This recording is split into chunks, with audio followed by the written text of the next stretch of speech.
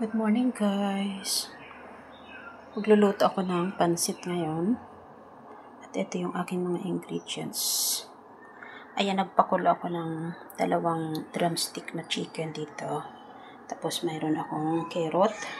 Mayroon akong bawang sibuyas at saka yung 3 kulay ng bell pepper.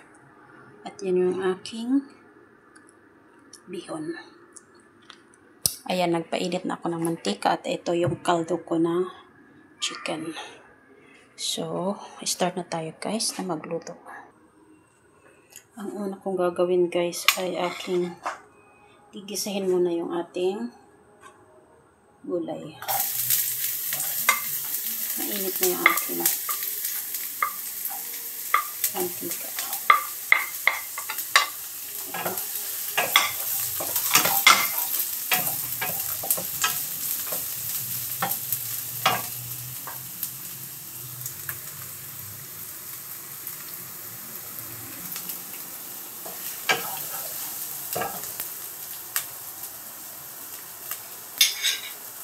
Sunod ay ilagay natin ang shredded na chicken.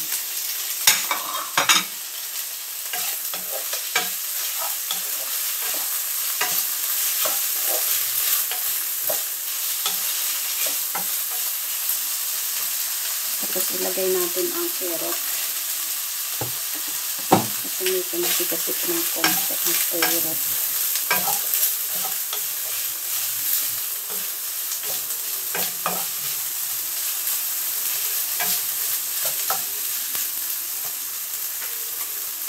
Lagyan natin ng konting toyo. Toyo yan, toyo.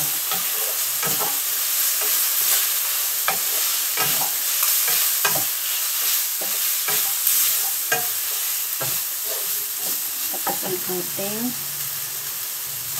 3 kulay na bell pepper.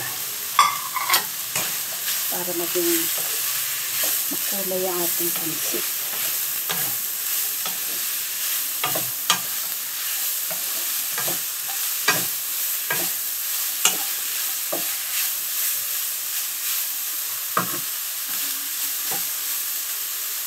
Lagyan natin ang konting sabay ng ating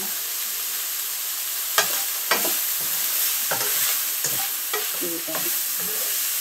Niluluto ko ito guys. Hinigisa ko ng saglit ito para mamaya. Saglit na lang siya na ilagay doon sa ating bihon. Hindi ba siya mushy. Hindi ba siya overcook.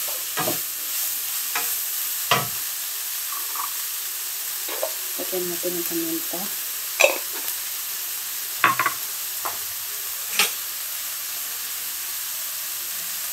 Lagyan natin ang pampalasa. Seasoning. Ayan. Malapot yung ating seasoning.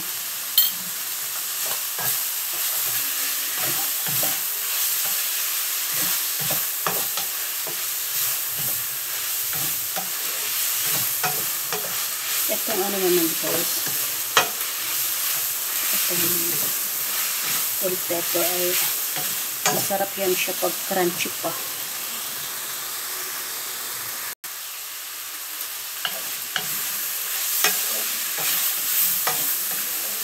So okay na to guys. Tanggalin na natin sa apoy.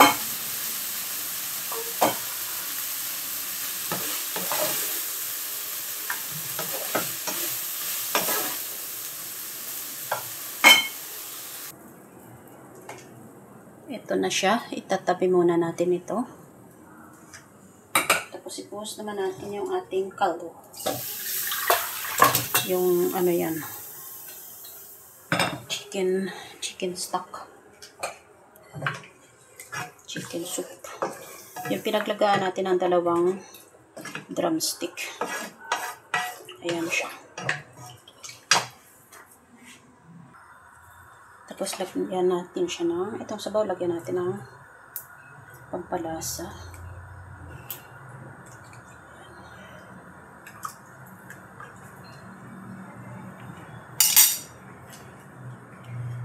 Toyo.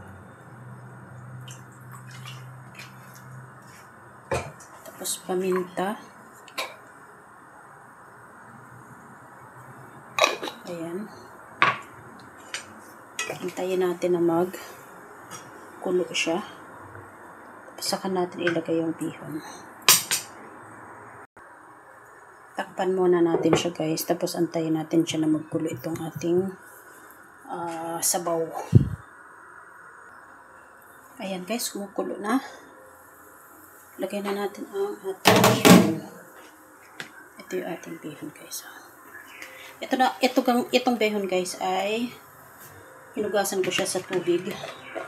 Tapos hindi ko na siya binabad. Hinugasan ko lang. Tapos tinanggal ko sa tubig. Kasi ang gusto ko kasi yung bihon, manunuot yung lasa ng sabaw doon sa ating bihon para hindi na siya hindi maglabsak. Alam niyo ba yung guys, yung labsak, yung mushi baga, yung yung bihon natin ay hindi magpakalambot. Yung lasa ay andyan sa bihon.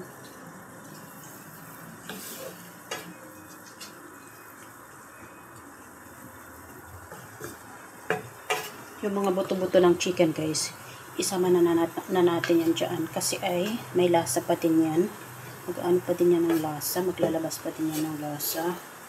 Tapos tatakpan ko muna siya guys. Takpan ko muna siya. Tapos hihinaan ko lang yung kanyang apoy. Para hindi siya agad. Hindi siya matuyuan agad. Bali yung pagluto niya ay dahan-dahan yung pagluto niya na hindi siya mabibigla. Kasi pag nabigla siya, matutuyo agad yung sabaw natin. Tapos yung ating bihon ay matigas pa. So hininaan ko lang siya ang apoy. Ayan lang siya oh. Mahina lang yung kanyang pagkulo.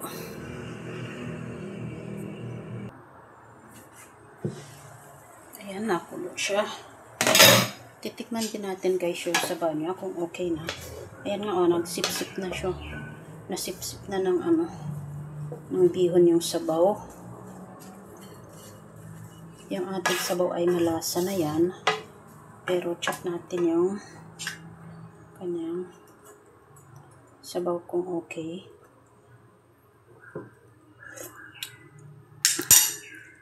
Taga natin ang asin.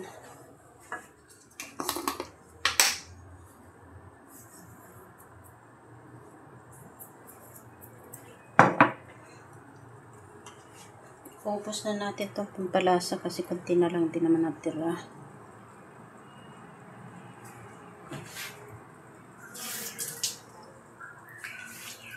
Ayan.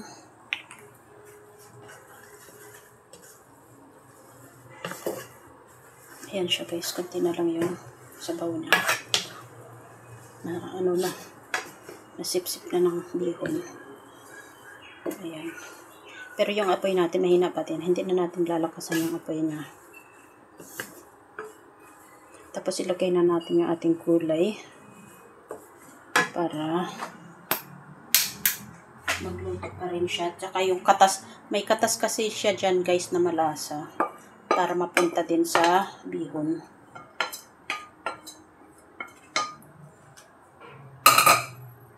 O diba? Ang ganda ng kulay ng ating bihon. Masaya yung kulay niya. Stoplight. Stoplight. Red, yellow, and green. Stoplight ang tawag nila dyan eh. Yung bell pepper na iba-ibang kulay. Stoplight.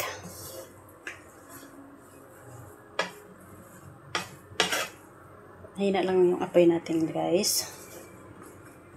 Ayan. Mahina ang apoy natin. Itatakpan na ulit natin siya. Takpan lang natin siya ulit. Pero yung paminta natin dagdagan. Oops. Ayan.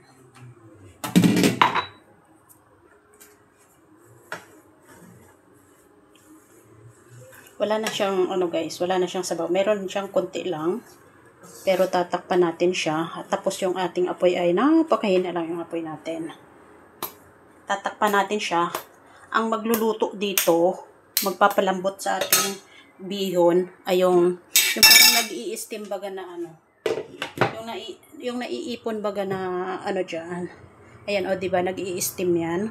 Yan ang luluto ng tuluyan sa ating bihon.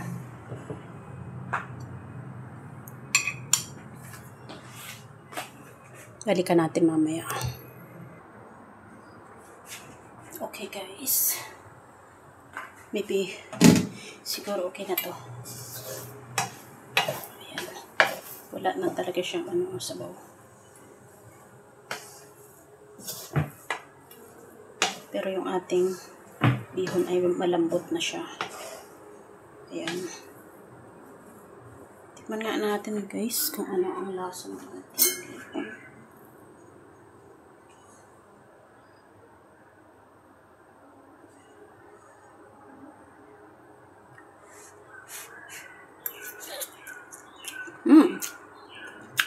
Wow, malasa. Tapos tama lang yung ano ng bihon ko. Tama lang yung kanyang pagka. Hindi siya matigas, hindi siya malambot. Kitang-kita naman guys sa bihon. Oh. Yung bihon natin ay mahaba pa din. Hindi siya naglabsak, hindi siya nagputol-putol. Ayan oh. Ayan, di ba? Okay na to guys. Luto na ang ating bihon.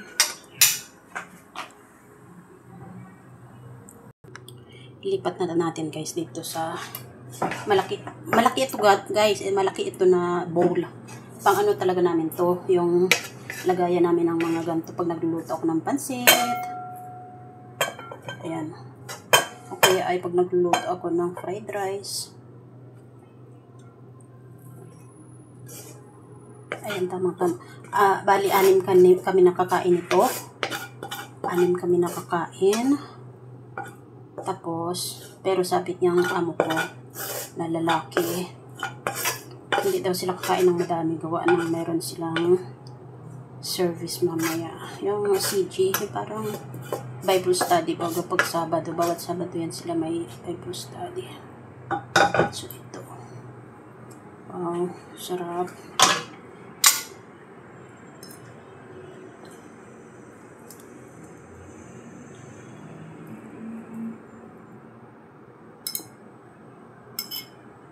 Manok.